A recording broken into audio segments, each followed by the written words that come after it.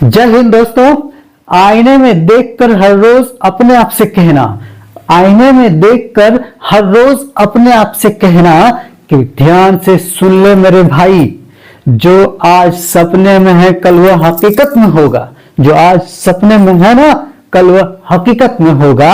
और जो लोग आज अपनी औकात में नहीं है ना, कल वह अपनी जेब में होगा, कल वह अपनी जेब में होगा। तो दोस्तों, आज मैं आप लोगों के लिए लाया हूं मकर संक्रांति। क्या है मकर संक्रांति? क्यों मनाते हैं मकर संक्रांति? मकर संक्रांति मनाने का वैज्ञानिक कारण क्या है? मकर संक्रांति मनाने का धार्मिक कारण क्या है? मकर संक्रांति मनाने का इतिहास क्या है? इन सभी सवालों का जवाब लोगों के दिमाग में एक उलझन बना हुआ था। तो आइए इन उलझन की गुत्थी को मैं सुलझाता हूं, बोर्ड पे बनते हैं। तो दोस्तों, सबसे पहले देख सकते हैं ये पृथ्वी है और पृथ्वी को दो गोलार्ध में बांटा गया। नंबर 1 दक्षिणी गोलार्ध, नंबर 2 उत्तरी गोलार्ध। और पृथ्वी के दक्षिणी गोलार्ध में मकर रेखा स्थित है, पृथ्वी के उत्तरी गोलार्ध में कर्क रेखा स्थित है। मकर रेखा और कर्क रेखा ये दोनों अति गर्म रेखा है।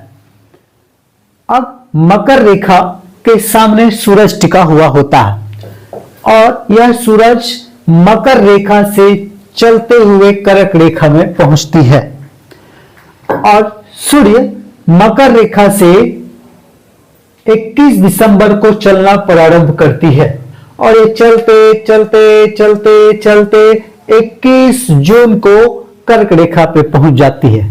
ये 21 दिसंबर से 21 जून का जो सफर है यह 6 महीना का होता है। यानी पृथ्वी को मकर रेखा से चल करके कर्क रेखा तक पहुंचने में 6 महीने का दिन लग जाता है।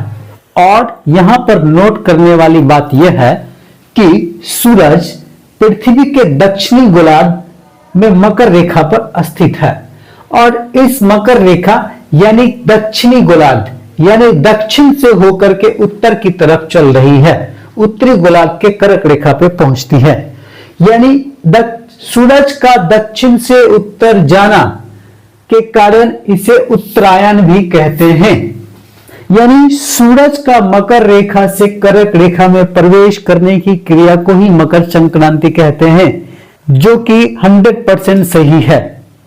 लेकिन ज्योतिष शास्त्रों के अनुसार पृथ्वी के दक्षिणी गोलार्ध में उपस्थित मकर रेखा में 2 राशियां उपस्थित है, धनु राशि और नंबर 2 मकर राशि।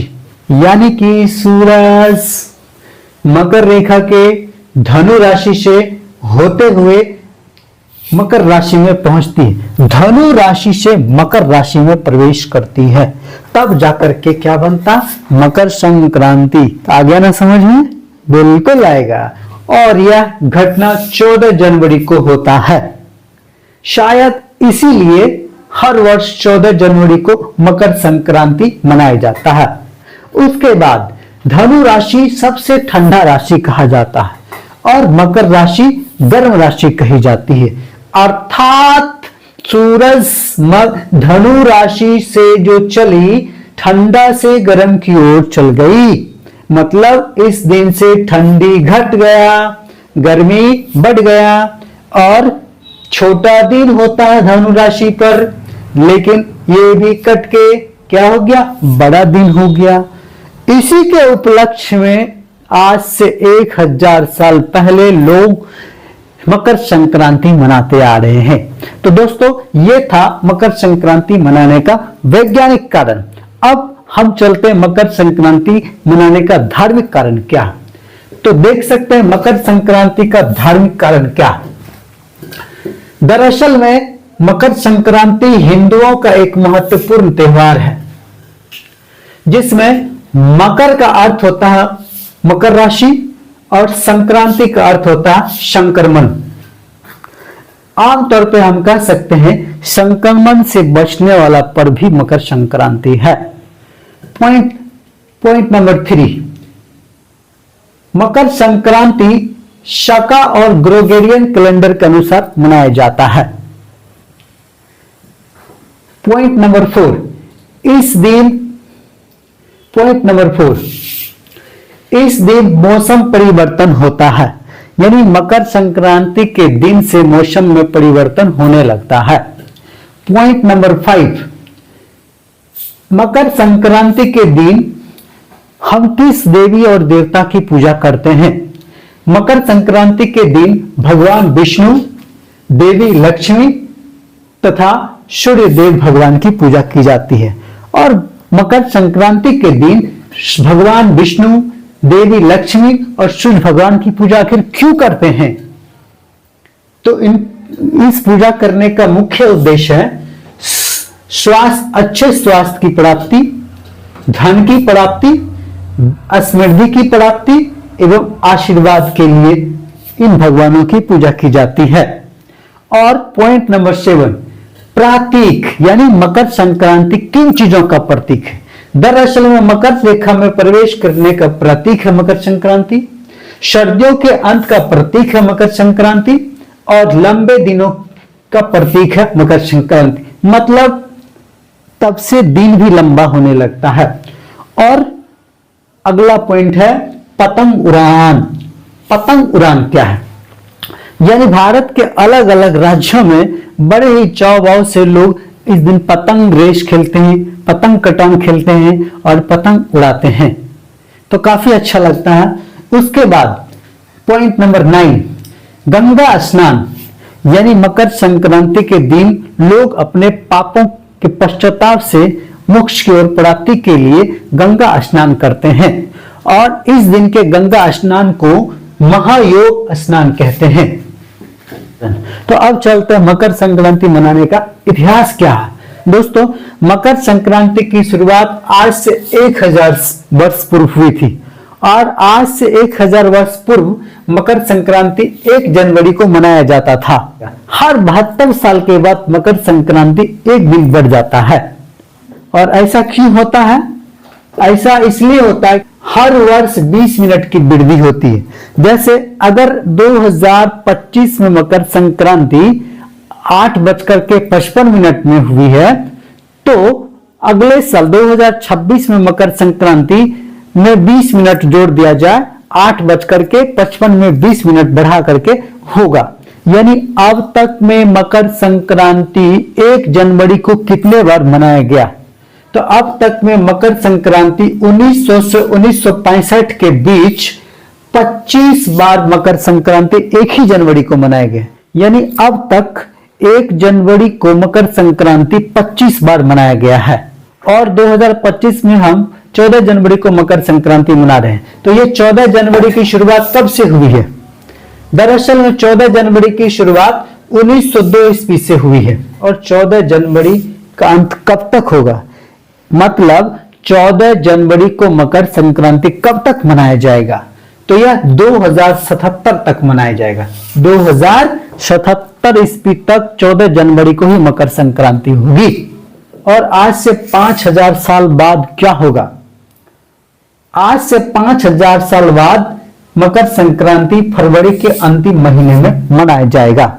तो दोस्तों, ये था मकर संक्रांति मनाने का ऐतिहासिक कारण। और अब हम चलते हैं, मकर संक्रांति को विश्व के अलग अलग देशों में अलग अलग नाम से जाना जाता है। जैसे नेपाल में मकर संक्रांति को माघो संक्रांति के नाम से जाना जाता है। थाईलैंड में मकर संक्रांति को सोमकर के नाम से जाना जाता है। म्यांमार में मकर संक्रांति को थीम ज्ञान के नाम से जाना जाता है।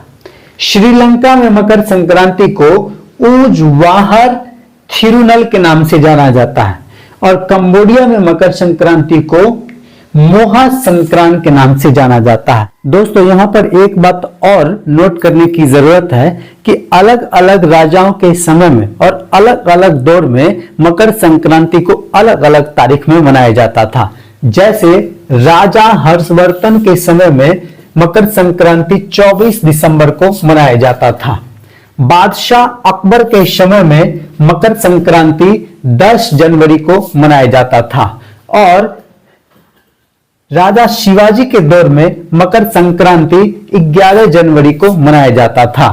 और 18वीं सदी में 12 और 13 जनवरी को मनाया जाता था। 1902 ईस्वी में 14 जनवरी की शुरुआत हुई थी और 1964 ईस्वी में पहली बार 15 जनवरी को मकर संक्रांति मनाया गया था और 2019 से अब तक 14 और 15 जनवरी लागू हो गया है। और इस मकर संक्रांति को भारत के अलग अलग राज्य में अलग अलग नामों से जाना जाता है। जैसे देख सकते हैं, बिहार और झारखंड में इसे सकरात या तिल संक्रांत के नाम से जाना जाता है। तमिलनाडु में मकर संक्रांति को पोंगल के नाम से जाना जाता है। पंजाब और हरियाणा में मकर संक्रांति को माघी के नाम से जाना जाता है। असम में मकर संक्रांति को माघ बिहू या भोपाली बिहू के नाम से जाना जाता है।